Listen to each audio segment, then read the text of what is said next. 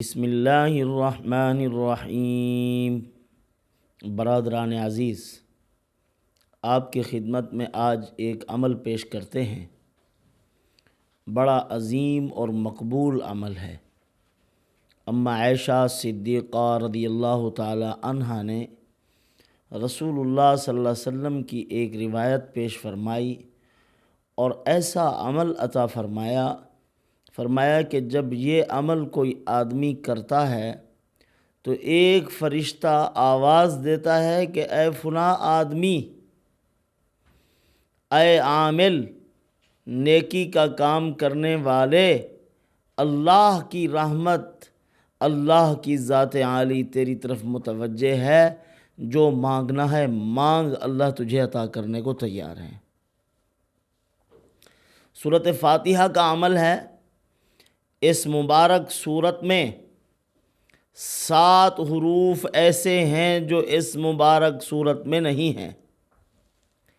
حروف تہجی میں سے، حروف ابجد میں سے تمام حروف اس کے اندر موجود، الف سے لے کر یا تک 7 حروف ایسے ہیں جو اللہ نے اس مبارک سورت میں نہیں لائے۔ سب سے پہلے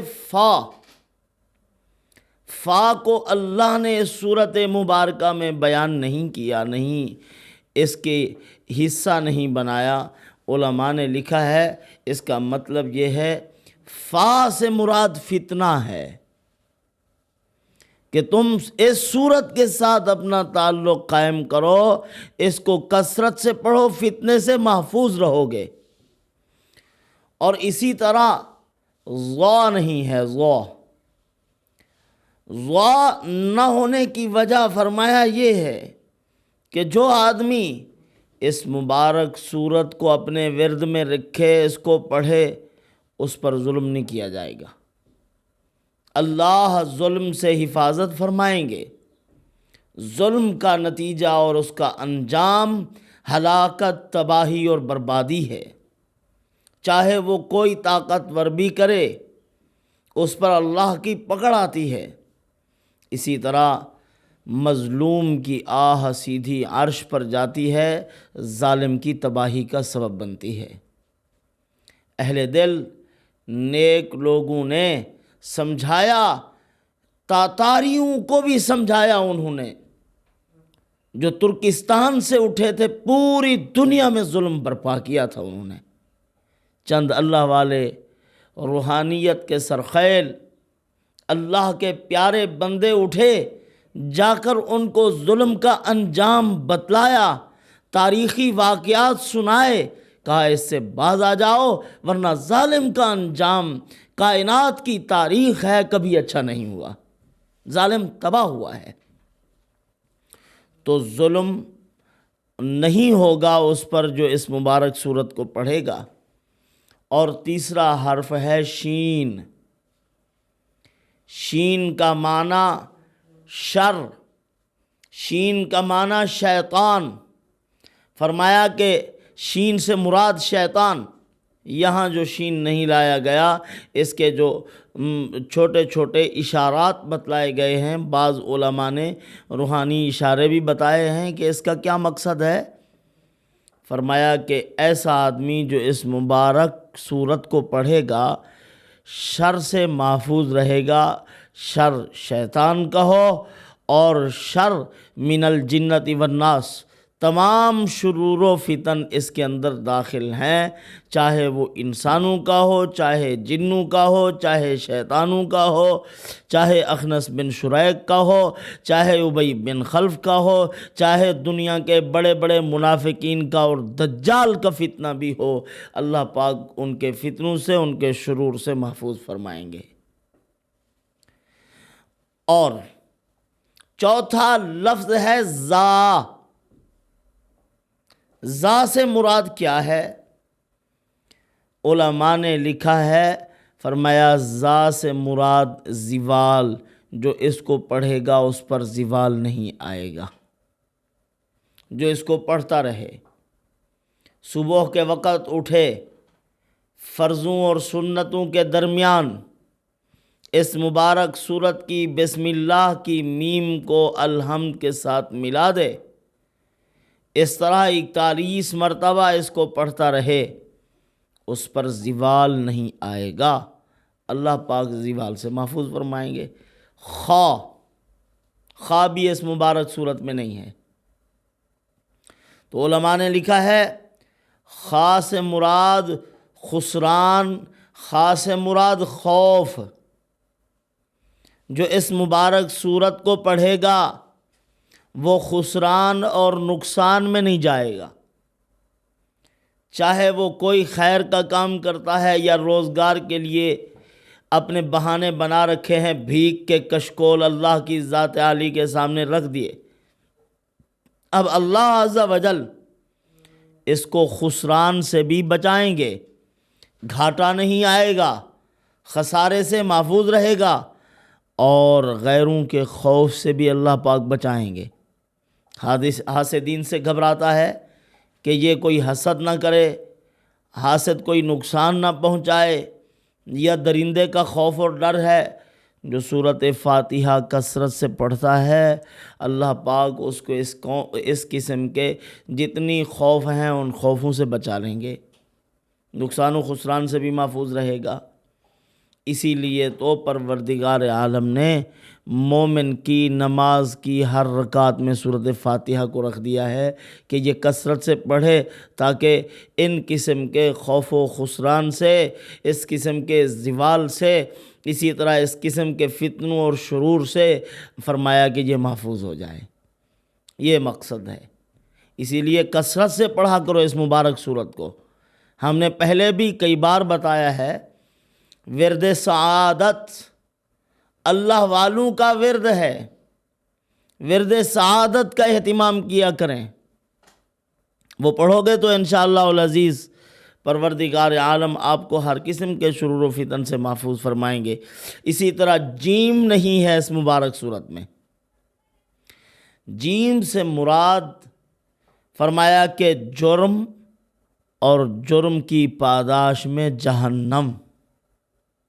جیم سے مراد جرم ہے کہ انسان سے ایسے جرائم نہیں ہوں گے جن سے اللہ ناراض ہوتا ہے، ایسے جرائم سے اپنے بندے کو محفوظ فرمائیں گے، جرم سے بھی بچ جائے گا، اور جرم کے نتیجے میں جو جہنم ملتی ہے اللہ پاک اپنے بندے کو جہنم سے بھی بچا لیں گے۔ جرم سے محفوظ، جہنم سے بھی محفوظ۔ اللہ کے کچھ خاص بندے ایسے ہوتے ہیں کہ اللہ پاک جرم کو اجازت نہیں دیتے ان تک پہنچنے کی، وہ اللہ کا قرب ایسا حاصل کرتے ہیں کہ اللہ عز و جل گناہوں کو کہتے ہیں کہ میرے بندے سے دور رہو۔ انبیاء علیہ السلام معصومن الخطا ہوتے ہیں، ان کے قریب جانے کی اجازت نہیں ہے برائی کو، ایسے پاکیزہ لوگ۔ اور اللہ کے کچھ ایسے بندے جو وارثین انبیاء ہیں، ان تک بھی اللہ عز و جل ان چیزوں کو نہیں پہنچنے دیتے۔ اور اسی طرح سا نہیں ہے، سا کا معنی صبور، ہلاکت، اچانک آنے والے مصائب، ہلاکت کا خوف، ڈر اللہ پاک ختم کر دیں گے، ہلاک ہونے سے اس کو محفوظ فرما لیں گے۔ ہلاکت سے مراد صرف موت نہیں ہے، موت تو ہر کسی پر آتی ہے، ہلاکت سے مراد انجام بد کے ساتھ موت۔ ہاں، وہ آدمی ہلاک ہوا جس آدمی کے ساتھ ایمان نہیں، جس آدمی کے ساتھ خیر نہیں ہے، جس آدمی کے پاس ایمان بھی ہے، اعمال صالحہ بھی ہیں، وہ آدمی ہلاک اور برباد نہیں ہو سکتا۔ اس کو موت بھی آئے تو موت سعادت کی۔ حضرت عثمان غنی رضی اللہ تعالیٰ عنہ بارگاہ خداوندی میں عرض گزار رہتے تھے، درخواست کیا کرتے تھے، اللہم احیینی سعیدا و امیتنی شہیدا، اے پروردگار زندگی سعادت کی عطا فرما، موت شہادت کی عطا فرما۔ زندگی سعادت والی ہو، خوش نصیبی والی زندگی ہمیں عطا فرما دے، اور اسی طرح موت شہادت والی عطا فرما دے۔ یہ جو بعض لوگ خوش رہتے ہیں، ان کے دل کی کیفیت بہت اچھی رہتی ہے، یہ خوشی بعض اوقات انسان کو قسمت سے نہیں ملتی، قسمت سے نہیں ملتی۔ بعض ایسے لوگ ہوتے ہیں جو مضبوط ہوتے ہیں، وہ خوشی کو اپنی عادت بنا لیتے ہیں، چلتے پھرتے اٹھتے بیٹھتے خوش رہنے کی عادت ہے ان کی، خوش رہتے ہیں۔ ایک آدمی منہ بنا لیتا ہے، خدا کی تقدیر پر ہمیشہ ناراض رہتا ہے، ایسے آدمی کی زندگی میں خوشی ہے ہی نہیں، ہر وقت منہ بنائے رہے گا، کبھی کس پر خفا کبھی کس پر خفا، اپنی محرومیوں کا ذمہ دار بندوں کو ٹھہراتا ہے۔ کبھی کہتا ہے وہ میری ذلت کا ذریعہ بنا ہے، فلاں جگہ سے مجھے یہ نہیں ملا تو فلاں ذریعہ بنا ہے، تو یہ کہہ کے اپنے آپ کو تباہ کرتا ہے۔ اسی لیے خوش رہنے کی عادت بنائی جائے، رضا بالقضاء سے حاصل ہوتی ہے۔ اللہ نے جو فیصلے مقدر کیے ہیں ان پر راضی رہو، خوش رہو، بس یہی اللہ کی طرف سے بہت بڑی خوشی ہے۔ مایوسی کو انسان اپنے قریب نہ آنے دے۔ بعض لوگ ہر چیز کی وجہ معلوم کرنے کی کوشش کرتے ہیں، یہ ہوا ہے کیوں ہوا ہے، رزق کا معاملہ تھوڑا بن گیا، نشیب و فراز زندگی کا حصہ ہے، وہاں کہے گا یہ کیوں ہو رہا ہے۔ کسی نے روڑے اٹکائے ہیں، کسی نے خاردار جھاڑیوں میں پھنسا دیا ہمیں۔ حالانکہ اس قسم کی بات نہیں، مومن کو اللہ نے کامیاب زندگی کے لیے اسلام عطا کیا ہے، دین عطا کیا ہے، قرآن۔ ان اصولوں پر چلے، اپنے آپ کو خوش نصیب سمجھے، ان موہومات میں مبتلا نہ ہو۔ یہی سوچ کر جاتا ہے، کسی بندے کے پاس پہنچ گیا، کہنے لگا ہمارا فلاں نقصان ہو گیا ہے، اب وہ اور نقصان کر دیتا ہے۔ اسی طرح ایک بہن کا معاملہ ہوا ہے، اس نے بیچاری کے پیسے گم ہوئے۔ لوگ ہمارے ساتھ بھی رابطہ کرتے ہیں، ہم ان کو معمولات بتا دیتے ہیں کہ یہ کرو اللہ فضل فرمائیں گے، اگر نصیب میں ہوں گے تو آ جائیں گے۔ تو پھر بندہ پھنستا جاتا ہے، آگے سفر کرنا، آگے جو سچ بولے اس پر تو اعتماد ہی نہیں کرنا نا، جو حق بتا دے وہ بالکل صحیح نہیں ہے۔ جو کہے کہ ہاں استخارہ کرنا پڑے گا، آپ کی فال نکالنی پڑے گی، میں قرآن کھول کے دیکھتا ہوں بھئی آپ کا کیا مطلب ہے، پیسے ملیں گے کہ نہیں ملیں گے، وہاں پیسے گم ہو گئے۔ اب اس بدبخت نے 40,000 روپے لے لیے، کہا کہ میں آپ کو بتاتا ہوں پیسے کہاں ہیں۔ اب مسلسل رابطے میں رہے، ڈیٹ دیکھی میں نے، تقریباً 3 ماہ ہو گئے، کھاتا رہا دوسرا آدمی، پیسے کھائے ان سے، خوب لوٹا ان کو۔ آخر میں کہا کہ اس نے، بیچاری عورت نے کہا یہ کیا کر دیا تم نے، ہمارے پیسے کھا گئے ہو، میں بیوہ عورت ہوں، یتیم بچے ہیں میرے۔ اس کا اب آپ دیکھیں اس بدبخت آدمی کا جواب کیا ہے، کہنے لگا دوسری جگہوں پہ نہیں لگا آتے آپ، ڈاکٹروں کے پاس لگاتے ہو، کسی اور جگہ پہ چلے جاتے ہو لگاتے ہو، اگر یہاں لگ گئے ہوں تو کیا نقصان ہو گیا ہے آپ کا۔ وہ بیچاری روئے کہ میرے پاس دوائی کے پیسے نہیں ہیں، اب اس بدبخت نے پیسے مانگے ہیں، بھانجے کو فون کیا کہ جاؤ دے کے آؤ، قرض لے کے۔ اس کا ضمیر خدا جانے کیسے مطمئن ہے، اور ایسے لوگ پتہ نہیں کیسے بے وقوف بن جاتے ہیں۔ اسی لیے احتیاط سے کام کیا کرو۔ اللہ تعالیٰ نے مسلمان کو کامیاب زندگی کے لیے مشورہ عطا فرمایا ہے۔ مشورہ کرو، خود استخارہ کرو، اور جو چیزیں گم ہو گئی ہیں، بڑوں کی گم ہو جاتی ہیں، خیر ہے، اللہ تعالیٰ کرم فرمائیں گے، دعائیں پڑھتے رہو، اللہ تعالیٰ نے ان دعاؤں پر نعم البدل، اس سے بہتر عطا کرنے کا بھی وعدہ فرمایا ہے۔ تم وہ دعائیں پڑھتے رہو، اللہ تعالیٰ فضل فرمائیں گے۔ اللہ تعالیٰ کی عطا کا ایک راستہ نہیں کتنے راستے اللہ نے اپنی عطا کے بنا رکھے ہیں، جو اسی پر توکل اور بھروسہ کرتا ہے خدا اس کو عطا کرتا ہے، کسی اور راستے سے اللہ پاک عطا فرما دیتے ہیں۔ اسی لیے ہر ایک چیز کی علت معلوم کرنے کی کوشش مت کرو کہ یہ ہوا ہے کیوں ہوا ہے، خدا کی مرضی جو کرے، یہ سارا نظام اسی کا ہے، وہ اپنی مرضی سے کر رہا ہے۔ مشاورت کو اختیار کیا کرو، جو مشورہ کرے گا شرمندہ اور نادم نہیں ہوگا۔ رسول اللہ صلی اللہ علیہ وسلم پر وحی نازل ہوتی ہے، اس کے باوجود جب بھی کوئی مشکل مرحلہ آیا ہے، آپ صلی اللہ علیہ وسلم نے اللہ سے دعا مانگی، اپنے صحابہ سے مشورہ کیا ہے۔ بعض لوگ ایک بطور دلیل کے پیش کرتے ہیں کہ عورت سے مشورہ نہ کرو، کیوں بھائی؟ آدم علیہ السلام فرمایا کہ حضرت حوا سے مشورہ کیا تھا، اسی لیے حضرت آدم علیہ السلام کو جنت سے نکلنا پڑا، پھل کھا لیا۔ حالانکہ نبی معصوم عن الخطا ہے، اس پر وحی آتی ہے، سارے سلسلے یہ اللہ تعالیٰ کی آزمائش تھی، بس وہ آنی تھی، فیصلہ تھا اللہ تعالیٰ کا۔ تو بہرحال رسول اللہ صلی اللہ علیہ وسلم کی زندگی سے معلوم ہوتا ہے، حضور کے اسوے کو دیکھو، آپ صلی اللہ علیہ وسلم نے اپنی گھر کی عورتوں سے مشورہ کیا ہے۔ صلح حدیبیہ کے موقع پر کتنی مشکل مرحلہ آیا، صحابہ کرام کو حضور نے حکم فرمایا، وہ صحابہ جو جانثار ہوتے تھے آپ صلی اللہ علیہ وسلم پر، آپ صلی اللہ علیہ وسلم پر بچے قربان کرنے کو تیار تھے۔ آپ نے فرمایا اٹھو، اب عمرہ تو نہیں ہو سکتا، حلق کراؤ، بال کٹواؤ اپنے۔ صحابہ اٹھ نہیں رہے، آپ صلی اللہ علیہ وسلم گھر میں چلے گئے، حضرت ام سلمہ رضی اللہ تعالی عنہا سے مشورہ کیا، یعنی وہاں جو خیمے تھے آپ صلی اللہ علیہ وسلم کے ازواج مطہرات بھی ساتھ تھیں۔ حضرت ام سلمہ سے کہا کہ دیکھو میرے صحابہ آج میری بات نہیں مان رہے، کیا کروں؟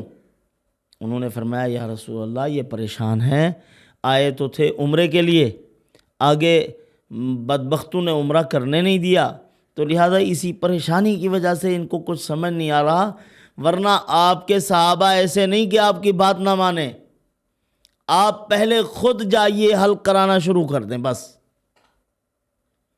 آپ صلی اللہ علیہ وسلم خود تشریف لے گئے، صحابی کو بلایا، فرمایا آؤ میرا حلق کرو۔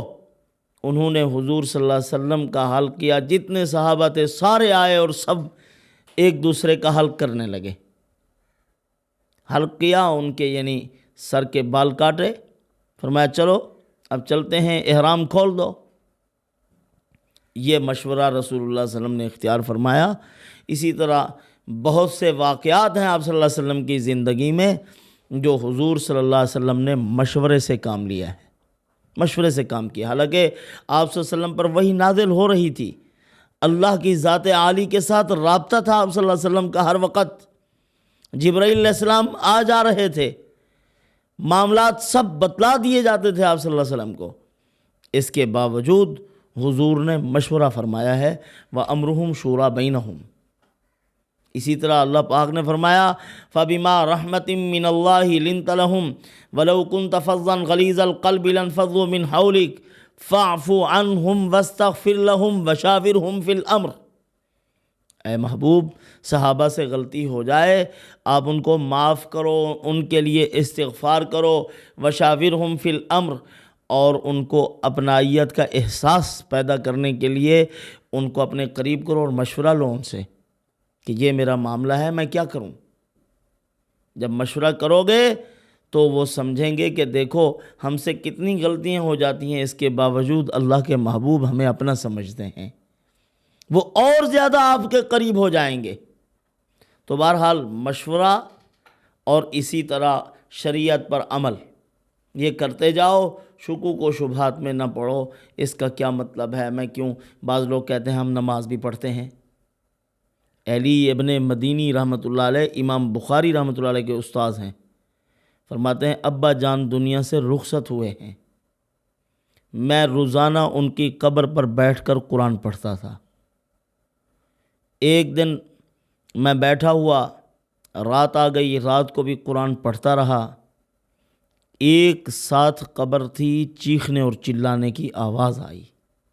میں حیران ہو گیا، اور آہستہ آہستہ دن کی روشنی ہوتی گئی، صبح ہو گئی تو پھر آواز مدھم ہونے لگی، لوگ آنے جانے لگے تو آواز خاموش ہو گئی بالکل۔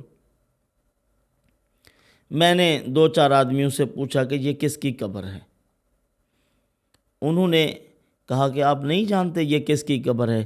یہ فلاں آدمی ہمارے محلے کا جو تھا، یہ اسی کی قبر ہے۔ فرماتے ہیں کہ میں حیران ہوا کہ فلاں آدمی وہ تو بڑا پکا نمازی تھا، اور ساری زندگی اس نے بڑی ایمانداری کے ساتھ تجارت کی ہے، تہجد، اشراق، چاشت، اوابین، ساری نمازیں پڑھا کرتا تھا، اور بے ضرر انسان تھا، زبان کو خاموش رکھتا تھا، بالکل کسی سے بات بہت کم، مقصد کی بات کرتا تھا۔ اتنی بڑا اللہ والا آدمی ہو کر وہ بیچارہ اس عذاب میں کیوں ہے؟ میں حیران ہو گیا کہ اس کا معاملہ کیا ہے۔ آج کل ہم کہتے ہیں بھئی ہم تو نماز بھی پڑھتے ہیں، ہم قرآن کی تلاوت بھی کرتے ہیں، پتہ نہیں ہمارے اوپر حالات کیوں آ جاتے ہیں، آزمائش کیوں آ جاتی ہے۔ گناہوں کا اللہ کو علم ہے، یا وہ کیوں آزمائش بھیج رہا ہے، ترقی درجات کے لیے ہے، یا تلافی معافات کے لیے ہے، یا اللہ کی آزمائش ہے وقتی طور پر، یا گناہوں کی پاداش، یہ تو اسی کو معلوم ہے نا یہ کیوں آزمائش بھیج رہا ہے۔ تو بہرحال فرماتے ہیں چلو کل جا کے ان کے محلے میں لوگوں سے پوچھوں گا کہ اس کے کیا معاملات تھے۔